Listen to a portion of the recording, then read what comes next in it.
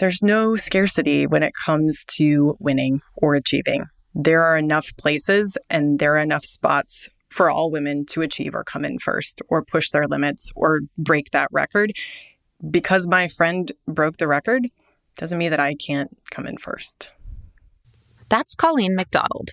Colleen is an ultra and trail runner specializing in the 50-mile and 100-mile distances. Based in Colorado and Minnesota, Colleen is known for her unshakable grit and love of flying down technical descents. I'm Angie, and this is See Her Outside, brought to you by the Karen Project and the Summit Scholarship Foundation. We share stories of women, girls, and gender-diverse adventurers to promote belonging and visibility in nature. We hope that this story inspires you to advocate for a more inclusive outdoors. Collaboration over competition. It's a phrase we hear a lot in women's communities, and one I myself have often used. But after hearing countless stories of women who have found purpose and ambition in sports by competing, I started to think of this phrase differently. When we talk about competition, it can be easy to assume that it exists in contrast to collaboration. But for women in endurance sports, especially in ultrarunning, these two are often inseparable. What if competition wasn't about scarcity, but about raising the bar for everyone involved? Colleen knows firsthand how competition can fuel connection rather than detract from it. In ultrarunning, the presence of strong competitors doesn't take away opportunity. It creates it. I asked Colleen for her thoughts.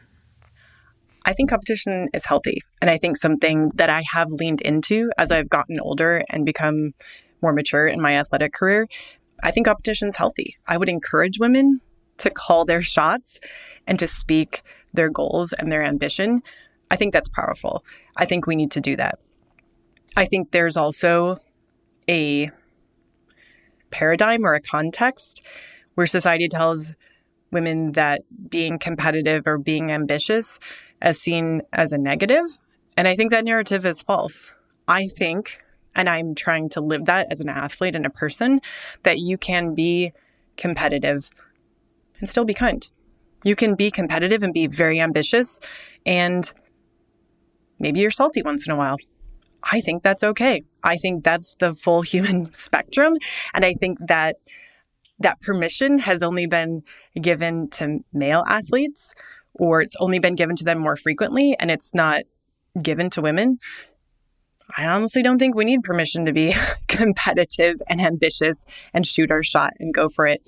We can be complex, multifaceted beings. I can be competitive. I'm also going to be the first person that's going to be there cheering my competitors across the finish line and lifting them up. Some of the best races I've had have been when I've been pushed by women who are at my level or above me, and they're trying to beat me. And that brings out the best in me. That brings out that fire that I have. I think it's healthy, and I think it's really good. As I said, some of my best race experiences have been when I've been competing against women who I know are fast, and I think that's okay. I think it's extra special in sports because for women in particular, the collaboration and competition have this positive feedback loop between each other.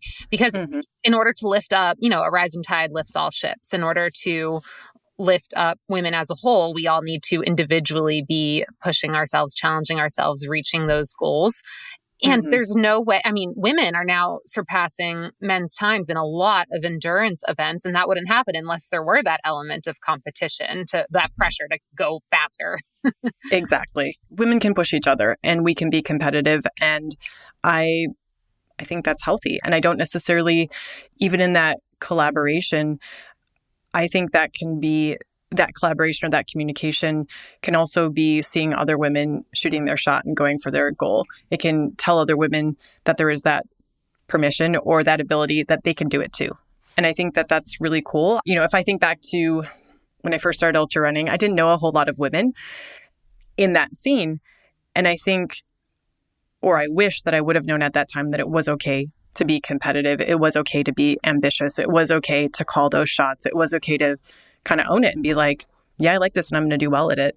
And I didn't really know that And so I do think, to your point, that is really important. And I wish it was talked about more, that we can be competitive with each other and still be friends. Men do it all the time.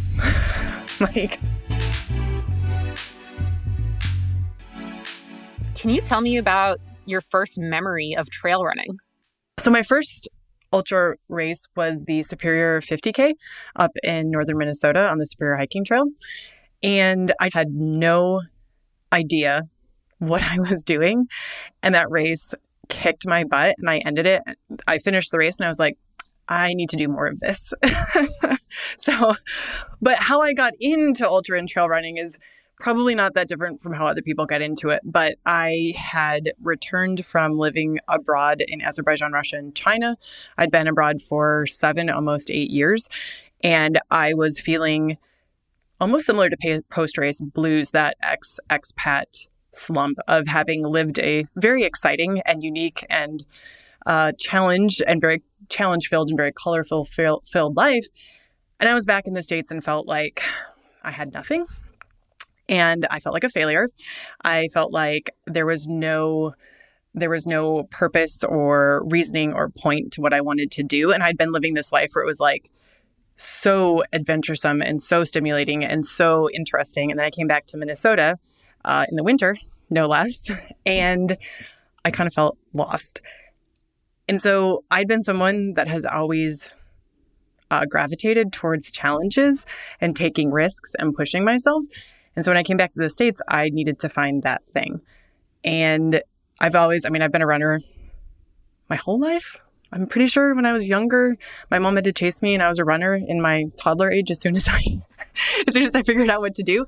So I was like, all right, I need to find something. And I'd heard about this thing called ultra running and trail running, but I didn't really know what it was.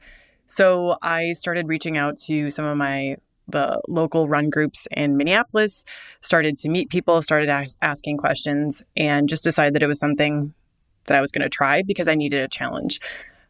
I didn't really know at that time that it was going to be something that would start to consume my life in the way that ultra running does. But as I said, after I ran that first 50K, it was so tough and it kicked my ass so much and it was so challenging, but it scratched that itch of needing the challenge and the complete body, soul focus that I needed, that I was like, I need to do this more. And I really had no idea at the time that I would be even remotely good at it.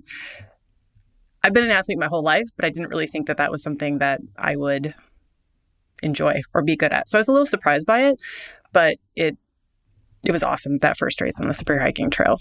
So, can you share about what you were doing abroad and what elements you found were missing when you got back to Minnesota?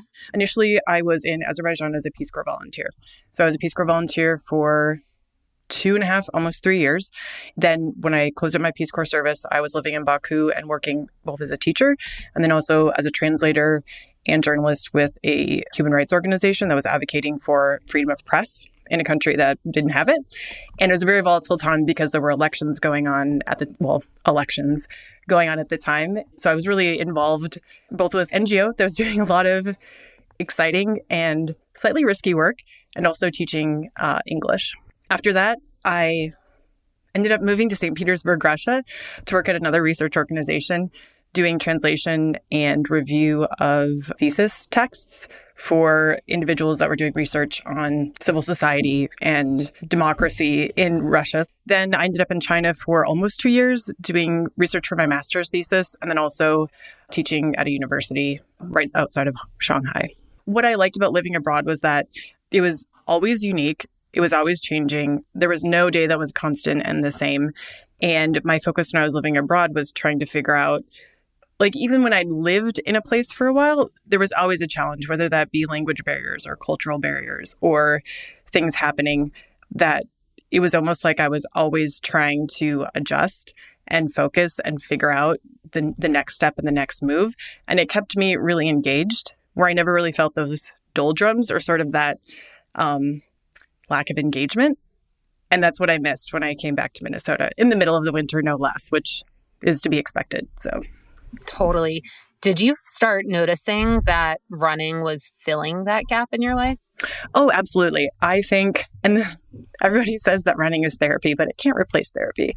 Running And physical activity has always been something that I've turned to help both with my mental health and also to give me balance in the rest of my life. And I think the one thing that had happened when I was living abroad is I wasn't running quite as much. Like I was running, but I wasn't training for anything. I wasn't competing. I was just running for the fun of it, which was also very good. And then when I got back to the States, and it was sort of like, okay, what's next? Yes, I have running, but what does that mean? I don't have this other cultural context or like interesting context that sort of gets me excited to wake up every day. What comes next? There is a really interesting piece in there about identity. And I've reflected on this since I started ultra running as well. And this is, a little awkward to admit, but I remember training for my first ultra marathon. I'm in double digit mileage for a long run, and I'm running more than I ever had before. And I started to notice just more ultra runners and endurance athletes popping up on, say, my Instagram. And they would all have these things in their Instagram bios that say things like ultra runner ×5 or 50K PR, whatever. And it was so important, this idea of their sport, that they put it in their bio. So I started thinking, oh my gosh, once I finish this race that I'm training for, does that make me a capital U ultra runner? Is that something I should put in my Instagram bio, as if anyone's going to notice that? But still, it made me start thinking, oh my gosh, in order to have this elevated identity and ego of myself, I need to do the thing, and then I can declare it to the world, and somehow then my life will be better. Do you relate to that at all?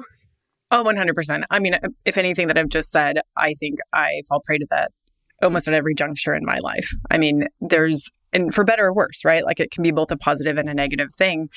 And I think it's kind of a universal human experience, if I can say that.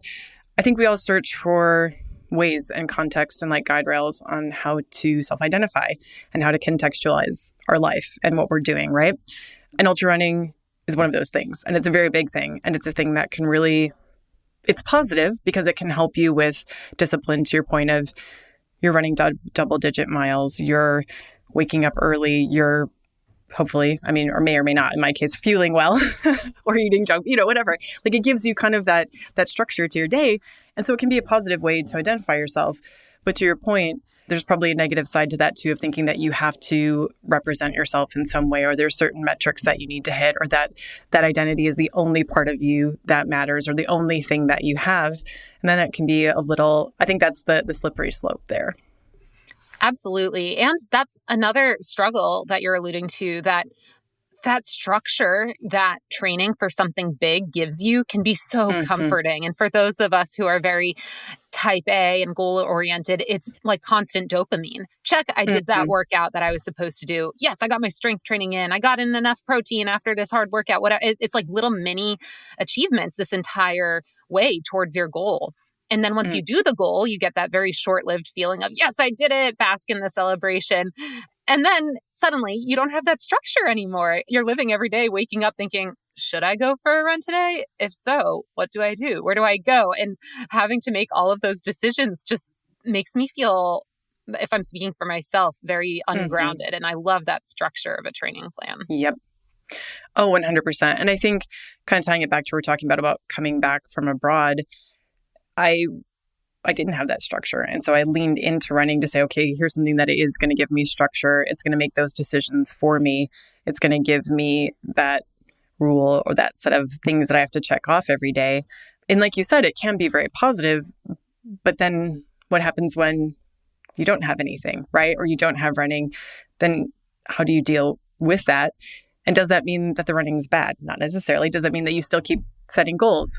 Well, not necessarily. Like those can be good things, but it's probably all about that balance or understanding both the positives and negatives of having those goals and that structure and what that means. When you're thinking about setting goals, I think it's also good to balance that out with white space, because I don't think as humans or as athletes, we're designed to be 100% on all the time, right? If we were, we wouldn't be structured the way we are physiologically, emotionally, mentally. We need that white space.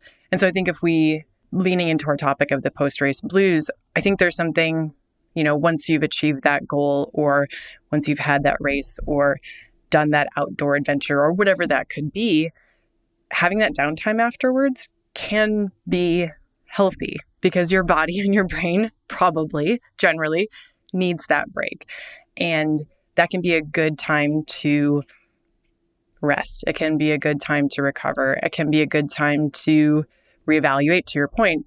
Is this really something that serves me? Is it not? Is this something I want to keep doing? Maybe also reflecting on what you've learned. Like, have I grown?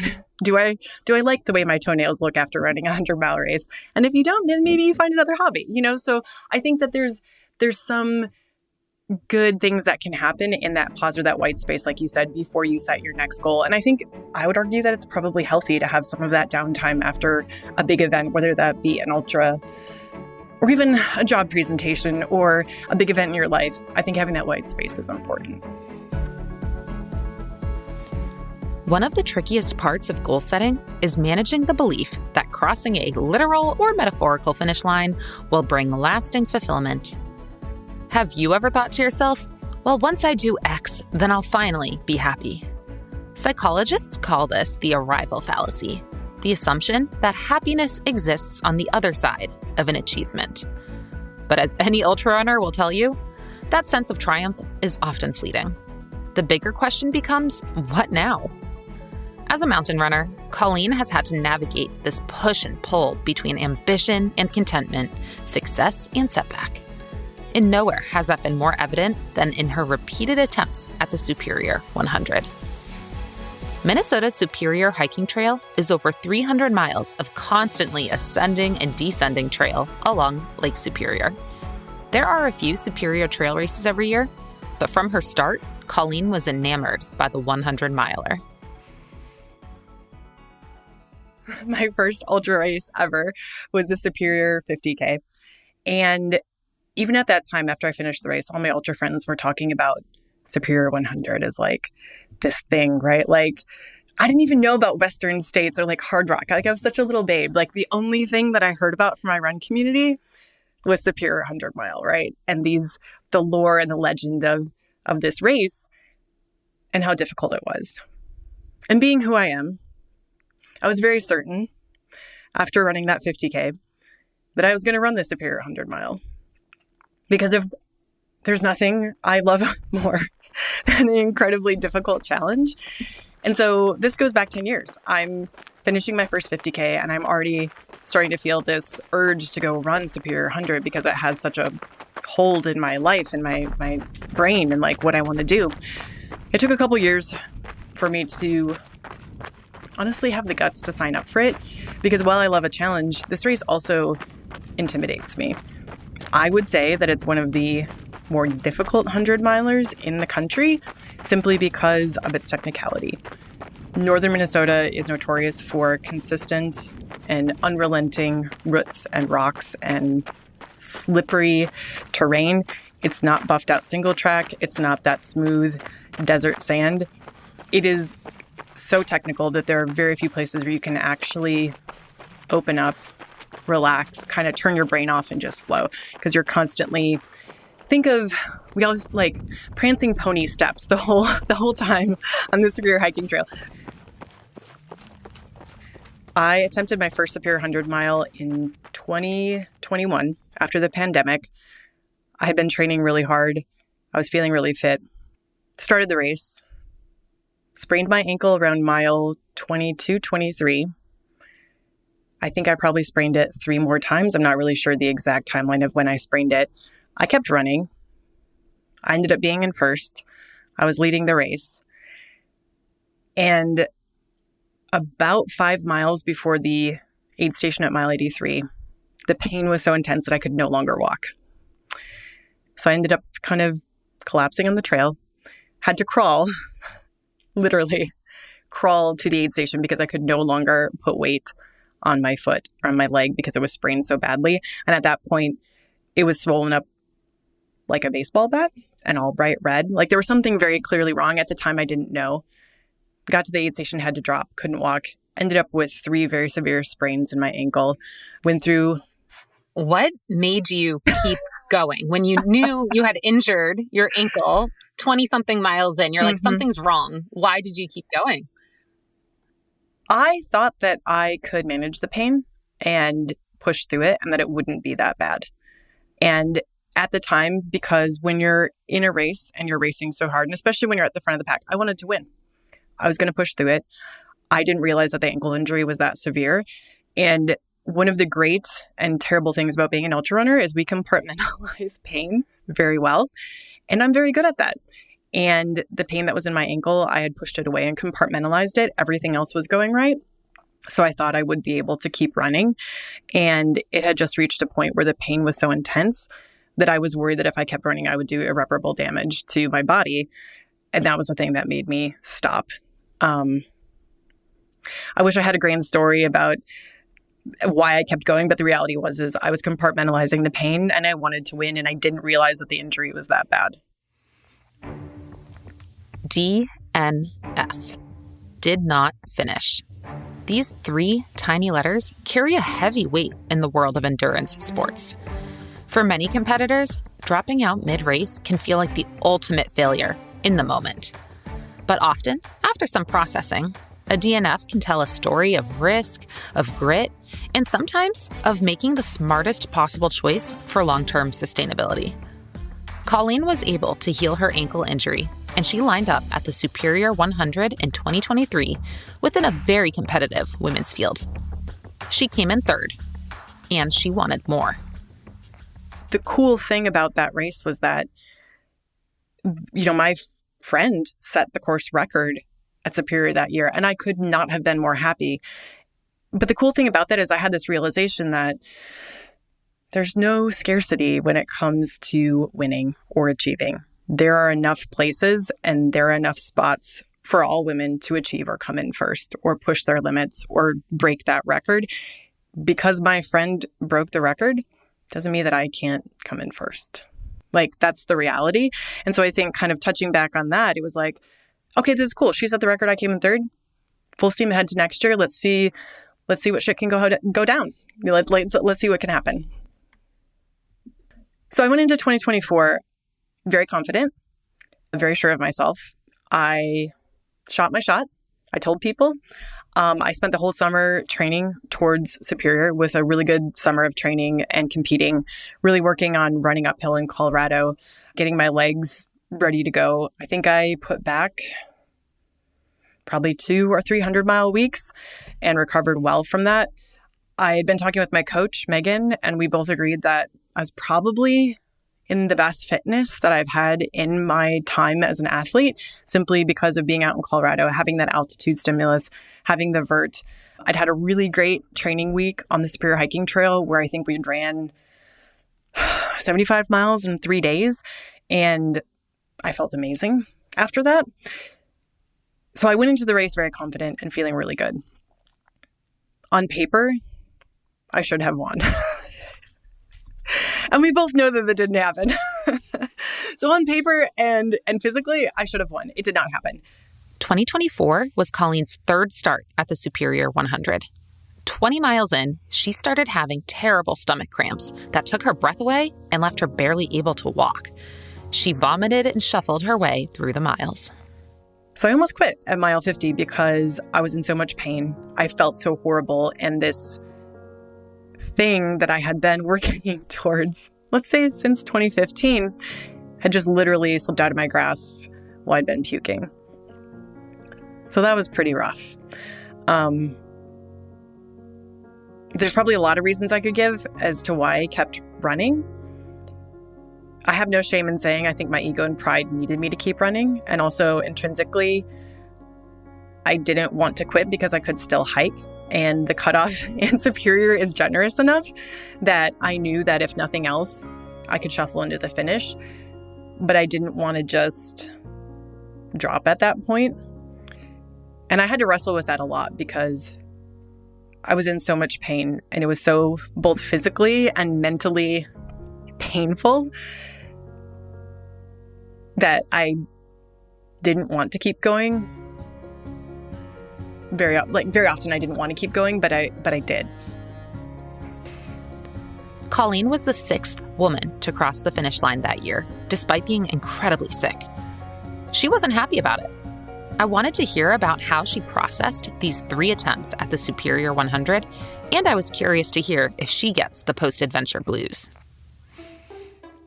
I've talked to a lot of athletes about that space after a race or a big adventure. And maybe it's, you hike the Pacific Crest Trail and that takes you 5 months. And what now? What do I do with my life now? Or maybe it's a big mountain you've been training for. It doesn't have to be a race, but there are so many people who, after they reach the thing that they have been training for forever, they did it, it's done. There is that period of weeks or months afterwards that feel more empty or hollow, or like it's lacking something that you had during training. I'd love to hear your experience with that. And I'm wondering if that period was different for you, the times that you finished the Superior 100 versus the time that you didn't. So if we think about back to when I had a DNF from the ankle injury, if we compare that race didn't go as well as I wanted, and 2024 didn't go as I wanted, and those feelings afterwards, the post race blues after this race in 2024 were more intense and more acute, and they lasted longer. I would say that with this race, I really didn't start to feel like myself until the middle to end of November, beginning of December, because I was having to work through processing what went wrong. And then also working through my emotions that, quite frankly, were not pretty. When the race ended, I was feeling angry at my body. I felt betrayed. I felt that it had let me down. I was feeling disappointment. I was feeling my ego and my pride were hurt because I had had so many people cheering for me. So many people were giving up their time and their energy to help me. I mean, the Minnesota running community is amazing. There were hundreds of people there cheering for me at that race, and I didn't do well. So there was this mix of both kind of the normal post-race blues that I think come when the race goes well or when it doesn't. But then on top of that, working through those emotions of feeling angry, feeling sadness, feeling grief. I think a lot of what's tied into post-race blues is that grief of something being done or ending, or kind of that idea of moving on to something new. There's always a little bit of grief because you're leaving something behind and you're moving on to something new. There's a lot of emotions mixed up in that. And then adding on top of that being sick or being unwell and having the flu, it was really challenging this time to sort through those emotions. And it's really hard also. Well, I also had to approach those emotions without judgment, because even when I'm talking to you, I'm saying, oh, these emotions weren't pretty. That's been really hard in this context of this race, to not judge the emotions and not judge myself and be okay with saying, yeah, my pride and ego is feeling hurt. My disappointment and my anger, that's valid. That's okay. And sitting with that and being uncomfortable with that. And that is not easy. That is challenging.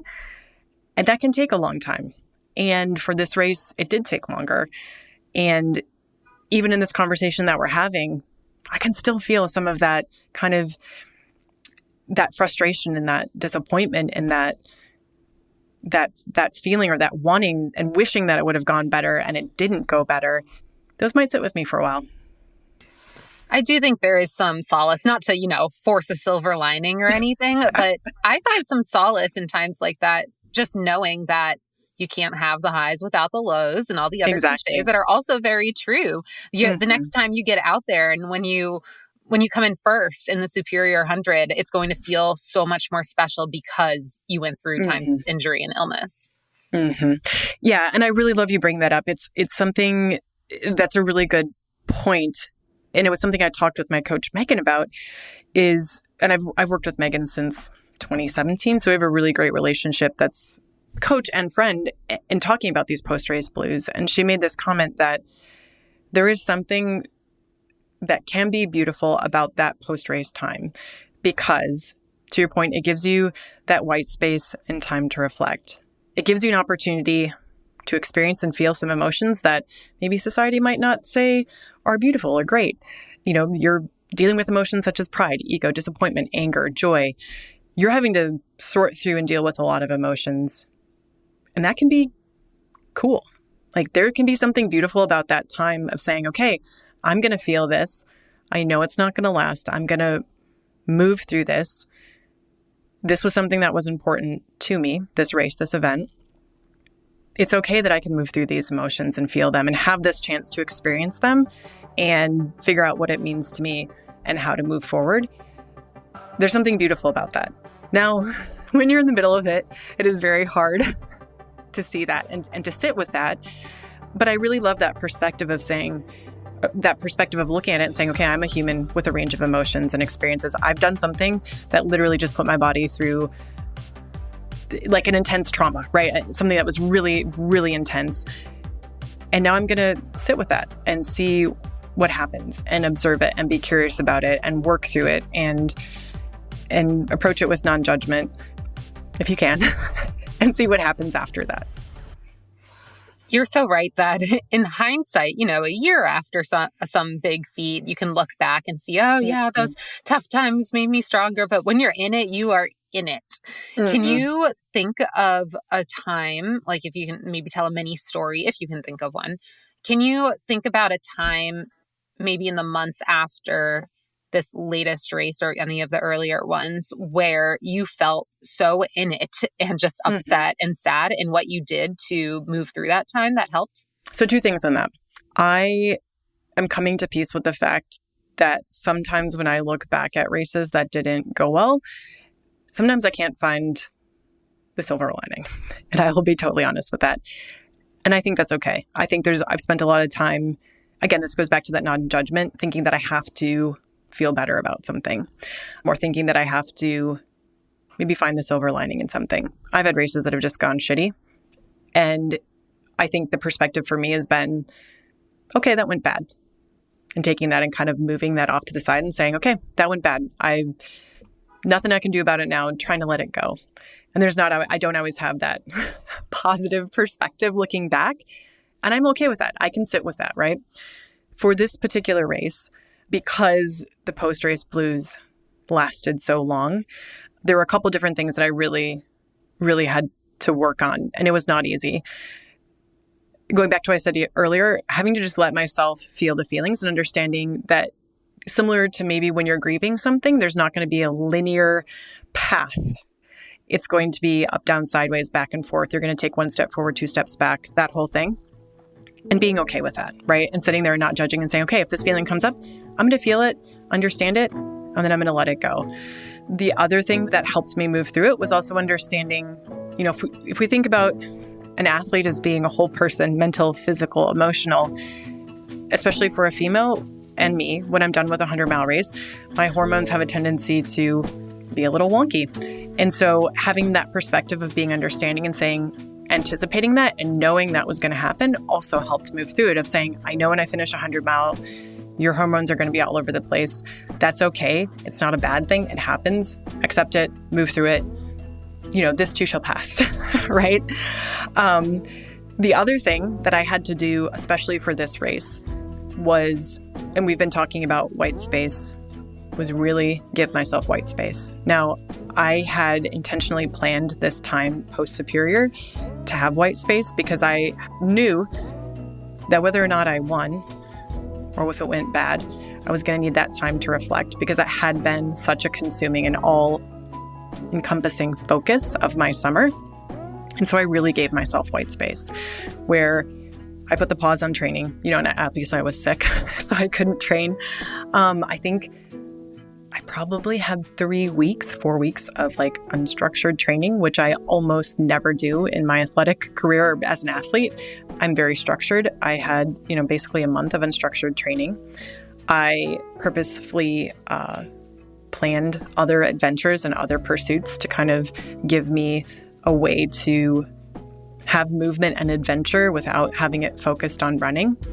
And I also gave myself time to think and plan for 2025 because I knew that this was, when I was planning, I knew whether or not this race went good or bad, I was going to need that time because what we were talking about earlier, I can't always be on and in an intense amount of training. So I really had to purposefully say, okay, I'm not going to add in anything else to my plate, but I will plan and think for 2025 and think about how I can set myself up for success and give myself that time to really, really lean into that rest and recovery. So going back to your question, when I was in the thick of those post-race blues. I don't think it was one particular thing that I was able to do. I think it was a combination of small things and also understanding that it was okay to feel really terrible because I knew that it was going to pass, and not trying to assign judgment to that time of feeling down and sit with it, and then knowing that I was going to be able to move on. So in reflecting on all of these lessons that you've had from injury, illness, being on the podium, DNFing, being in that white space between training periods, we've talked so much about what that means for running and athletics. But do you know what, if anything, all of that has taught you about your everyday life? How has it affected the way that you show up at work or interact in relationships, all of that? I know that being an athlete influences how I show up at work and in my partnership, because it gives me confidence and assurance that when I have a structured training plan or I am going through this white space, it gives me the confidence to show up with those tools in work or in my relationship. There's probably nothing at work that I'm scared of tackling. When it comes to my relationship, I know that I'm a better human and person and show up for that relationship better when I have that ability to run and to express myself through running or ultra running or have that context.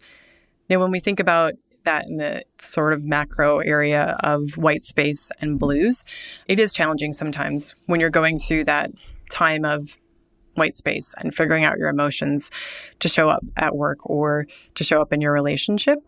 I think if there's one thing that I could take away from that, it probably makes me more compassionate and empathetic when I do deal with individuals at work or when I show up in my relationship. My partner is also an elite ultra runner, and he understands. He runs 100 miles. He does Arrowhead 135. And he also faces those times of having the post-race blues. But being able to talk through it and being honest about it is really healthy. I would say, in my relationship, our ability to talk about those post-race blues gives us a platform or a way to have open conversations about other things too. Because let's be honest, sometimes talking about your feelings of, hey, my ego or my pride is feeling hurt or I'm feeling angry at my body, those can be awkward things to talk about, right? Those can be things that maybe culturally or society has told you are kind of negative or you shouldn't talk about them. Being able to talk about that in a relationship, I think, is healthy. And being with someone who's an ultra runner is you both have some of those shared experiences. You can talk about those things in a healthy way. And it kind of makes talking about other stuff a little easier, right? Like if we're talking about disgusting toenails and vomiting on the side of the trail, and having the post-race blues, some other things can be a little easier to talk about that maybe you might not have expected. Colleen has a big adventure up her sleeves in 2025. And she's turning it into an adventure fundraiser for Summit scholarships so that she can help close the gender gap outdoors and get more girls and women outside. We'll share the secret with you soon if you follow along with the Cairn Project on Instagram and our email list. But knowing that she has a massive goal ahead of her, I asked if she could sum up what she's learned from a decade of ultra running, competition, and collaboration. The one thing that I do want to encourage and make sure is clear is that even if you have the post-race blues, even if the race or the ultra or the 5K that you're doing or the backpacking trip doesn't go how you envisioned or planned, I think there is learning and beauty and growth and magic in going after that thing or doing that thing or taking that act of pushing yourself outside your comfort zone, seeing how far you can go. That is magical and wonderful. As David and Megan Roach say, shoot your shot. Shooting your shot is so important, right? Like, don't stop shooting your shot because you might have the arrival fallacy or you might have post-race blues. No, keep shooting your shot. Keep pushing yourself. Keep trying those things. Keep going outside your comfort zone because that's where the magic is going to happen. In your act of doing that, that's going to give you tools that you can apply to maybe when it doesn't go right or when you hit those post-race blues. In a culture that rewards constant productivity, white space can feel uncomfortable. DNFs can feel devastating. Talking about goals and ego and missing toenails can be embarrassing. But all that is also where growth happens. It's where lessons settle in, where the body and mind reset, where athletes and women can make peace with both their wins and their setbacks. So how are you growing from your last race or adventure, even if it didn't go to plan? How is the drive of competition inside you pushing you to collaborate with other women? Where are you going to shoot your shot?